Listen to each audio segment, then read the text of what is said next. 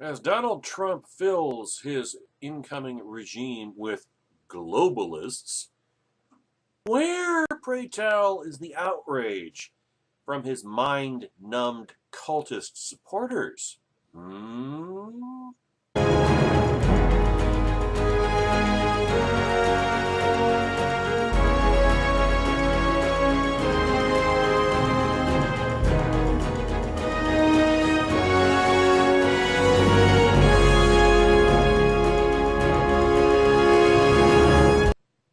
You see, my friends, this is how you identify a personality cult. So whether it's Barack Obama's 8 years ago or Donald Trump's today, because the supporters will support anything that their dear leader says. He can be totally inconsistent. He can flip-flop back and forth. He can claim, as Trump did in order to get Trump-looking cultists support in the first place, to be a hawk on immigration and border control. He can claim to be the scourge of the global cabal, Illuminati, Trilateral Commission, Council on Foreign Relations, whatever.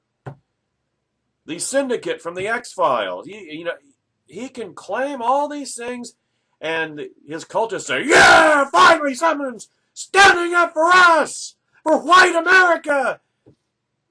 And then, once nominated and elected, he turns around, and now he's filling his cabinet, filling his regime with globalists. And his supporters don't care. Absolutely, positively don't care. They say, oh, well, nobody's perfect. When if they cared about their so-called principles, Trump supporters that is, they would be incensed. They would be pissed off. They would be enraged at the betrayal. And yet, Trump supporters, nobody's perfect. And they still, which means that Trump supporters are as corrupt and dishonest and unprincipled and despicable as their dear leader, their demigod, their Messiah. Jay Caruso wrote about this yesterday at Red State. Now, a lot of people remember the confrontation Senator Ted Cruz had.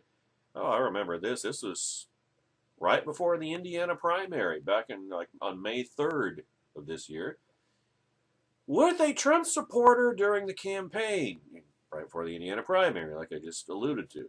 At one point, Cletus asks Cruz, where's your Goldman Sachs jacket? We know your wife works there. It was a shot taken not only at Cruz, but also at Hillary Clinton. In which case, it was not an inaccurate shot. I mean, after all, it was Trump who said that Goldman Sachs had total control over her. The hardcore Donald Trump supporters call people such as Speaker Paul Ryan and Senator Marco Rubio globalist traitors and shriek about globalism at every turn. Yet, the silence is deafening now that Donald Trump is filling his cabinet and other administrative posts with these same so-called globalists. And parenthetically, as a practical matter, he couldn't do anything else. Because there are, number one, there are way more globalists than there are isolationist, protectionist hacks. If he wanted to get people who actually knew something about what they were doing, then he was going to have to turn to people, tap people who know how the global economy works and have experienced working within it. Because here's another aside for you Trump supporters out there. The term globalist is synonymous with the real world. See, what you people seek is a fantasy world. You people seek to turn back the clock at least a century, maybe more. And it can't be done. It didn't work 80 years ago. There sure as hell can't work now. You need to take the world as it is, not as you would like it to be, especially since the world can never be like you would like it to be ever again. The world has been shrinking for the past century. It's not going to start growing again. So if Trump was going to actually make appointments to posts in his regime, he had no choice but to bring in the globalists. So, I say all this in the context that I don't have any problem with globalism. Globalism is just simply reality. When it comes to economics, there should be no borders. There should be borders when it comes to nation state and politics and foreign policy, and militarily, but there shouldn't. When it comes to economics, there shouldn't be any borders. Goods should flow freely, resources should flow freely, and every country on earth should have to compete. No government interventions, no subsidies, no protectionism, trade barriers. They should have to compete fair and square in the wide open, unfettered, free global market. But that's not how Trumplicans see it. Except when, of course, it's their demigod, their messiah, who is throwing overboard, betraying, shivving them on one of their core shibboleths, and it's okay if he does it, I guess. Nobody's perfect. Which is not surprising. I'm not saying any of this out of a spirit of outrage. This is entirely expected. It's entirely expected that Trump is having to litter his regime with a bunch of globalists. And it's entirely expected that his cultist, Branch Trumpidian, mind-numbed drone supporters are perfectly okay with it, because that's the nature of personality cults. Now, the best part was watching Trump fans laugh and chortle over Donald Trump not choosing the rich globalist Mitt Romney for Secretary of State in favor of Rex Tillerson, the very wealthy CEO of a global oil and gas company. On the Goldman Sachs front, Trump will have Goldman Sachs Chief Financial Officer Gary Cohn head up Trump's National Economic Council. Trump's choice to head the Department of the Treasury is Steven Mnuchin, a former Goldman Sachs partner, not to mention George Soros acolyte, and Anthony Scaramucci, a former Goldman Sachs banker who is going to play a vital role in Trump's transition team. Trump's choice for Commerce Secretary is Wilbur Ross, a former banker and leveraged buyout specialist. Ross is worth about $2.9 billion. He is now a venture capitalist, but when he was buying companies, he was also doing what Trump railed against, sending jobs to Mexico and Red China. Oh my God, this is amazing. And at the same time, not. Here's a quote from the dailybeast.com. Here's how it worked. In 2004, Ross bought Cone Mills, a North Carolina textile company facing bankruptcy, as Bloomberg detailed in a 2012 write-up. He combined it with another textile company, Burlington Industries, to form an international textile group, and it was renamed Cone Denim. Bloomberg explained that Ross expanded production in less expensive emerging markets, and that he also eliminated duplicative facilities. In other words, layoffs and outsourcing.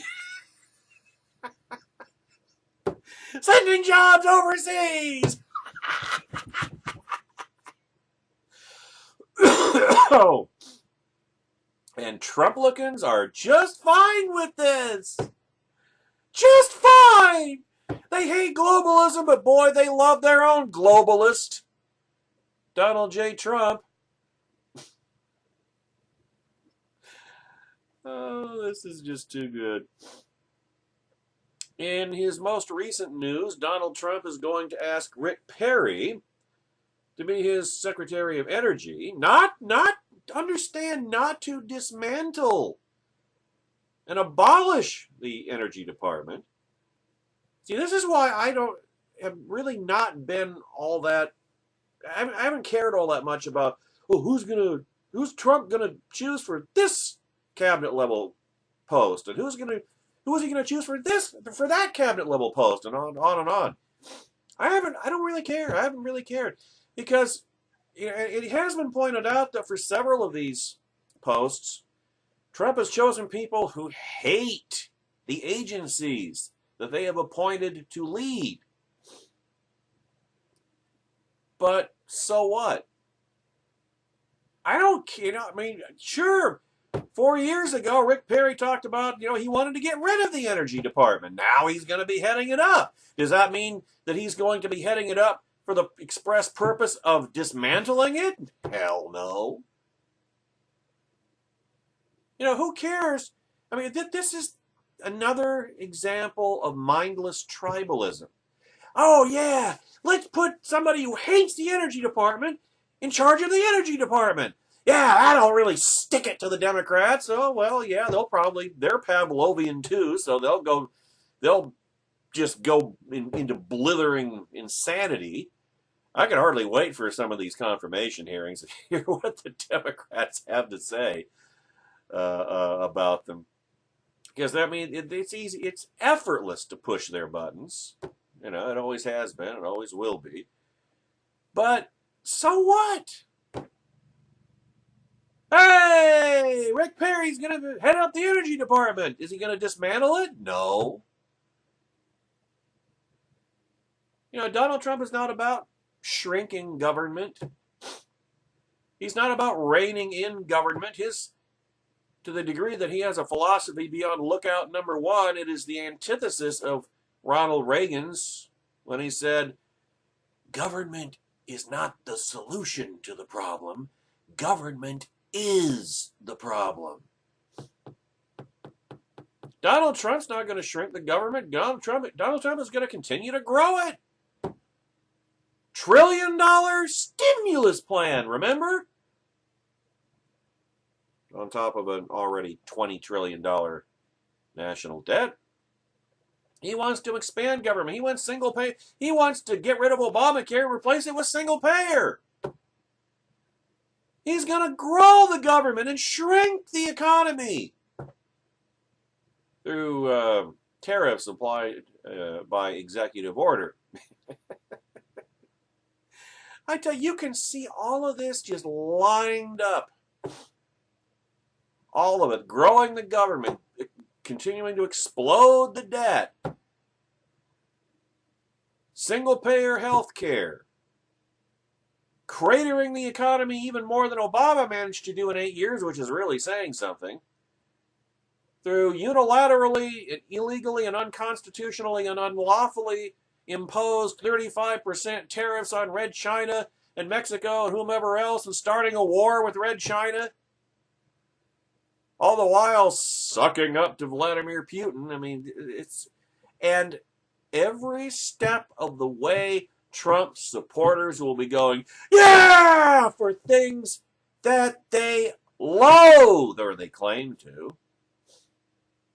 See, the truth is, Trump supporters don't have any principles anymore than their Orange Messiah does. Tangerine Thor is a relatively fresh and an additional nickname I've come up with for the Donald. They don't have any core principles any more than he does. They don't stand for anything. All they care about is whatever Donald Trump is for, that's what we're for. And that has happened before in the not too distant past, in relatively recent history. When you look against the backdrop of all of history, see, Congress may or may not. There was an article on nationalreview.com today, just this morning. And this is, as I make this video, it's Wednesday, December 14th, 2016. But there was a piece at nationalreview.com this morning about that Congress, may have some problems with Trump's agenda. Congress may resist on this issue or that issue. I wouldn't really count on it. Not in the first 6 months or year it depends on how quickly Trump's scandals erupt and spiral out of control. That's when you'll see the of conservatives, Republicans, the Paul Ryan, Mitch McConnell, etc. Republican office holders, in Congress. That's when you'll see them start to pull back. But for the time being, they've all fallen in line. So I don't think Congress will give much resistance to anything Trump sends them. But if and when they do, you know what's going to happen next, don't you? Trump will pull an Obama. He will start issuing executive orders and bypassing Congress, justifying it through populism. This is what the people want, even though it's illegal and unconstitutional. Donald Trump will eviscerate Article 1, Section 1 of the United States Constitution, which, just as a reminder, quite clearly states, all legislative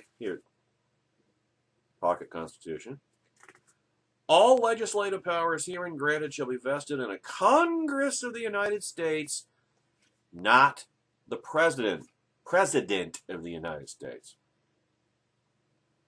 But Trump will ignore that just like Obama did. Trump will just start issuing blizzards of executive orders.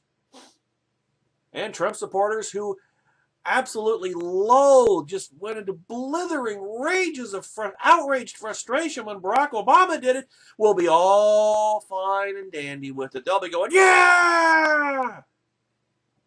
Mindless tribalism, ladies and gentlemen.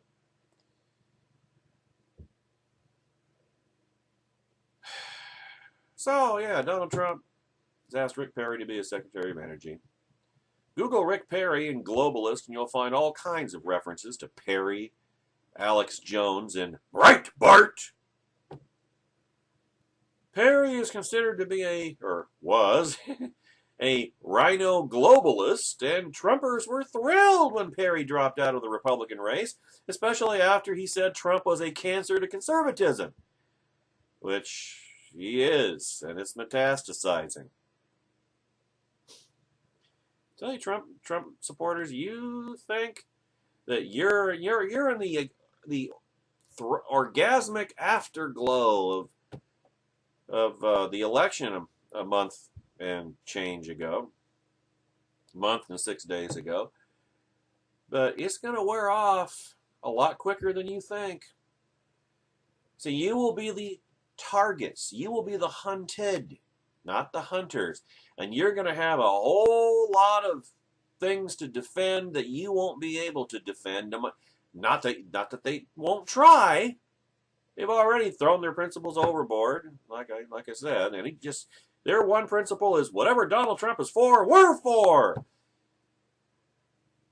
Kind of like the people of Germany 80 years ago. 83 years ago? Yeah, 83 years ago. Now, to be honest, Trump's cabinet picks have been kind of a mixed bag. You know, and what you would call good picks are the ones, the people who are hostile, so they claim, to the agencies that they've been nominated to lead. But like I say, what difference does that make? They're not going to get rid of those agencies. As that's the only thing I care about. I mean, if Trump really wants to change the system, you change the system by shrinking it. Growing the system doesn't change a damn thing. That's been going on for almost a century now. We need to shrink it. That's true change. And that's not going to happen. Again, I could care less whether the guy who 4 years ago said he wanted to get rid of the energy department is now heading up the energy department. Who cares? The idea is to get rid of it. It's unconstitutional. You want radical change? There's radical change. Is that what Donald Trump is doing? No. Is that what he's going to do? No. Is he even going to try to do that? No. So what good is he?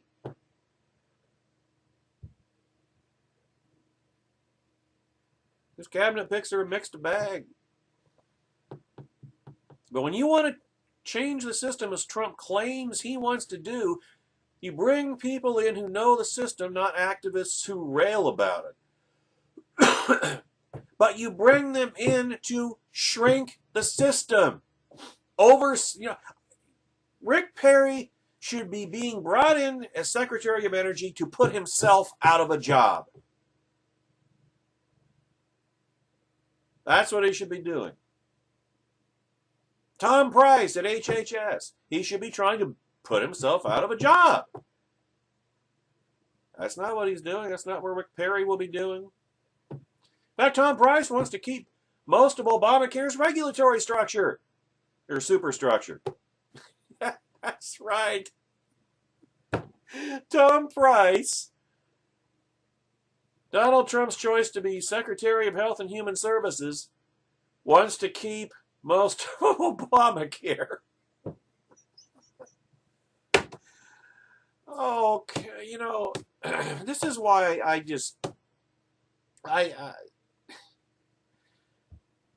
this is why I actually have more respect for the left than I have for Trump supporters. Because with the left, at least you know what they believe in. What they believe in is evil, but at least they believe in something and they stick to it. Their principles are abhorrent and abominable, but at least they have principles.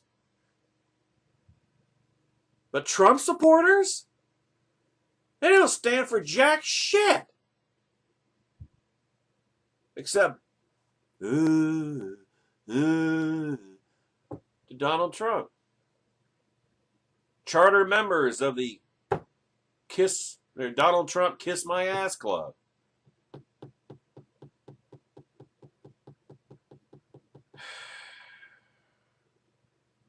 See, the question is whether or not he does what he claims to do, change the system, which means shrinking it, or if he's going to be a run-of-the-mill Democrat president. And I think that question has been answered a long, long time ago.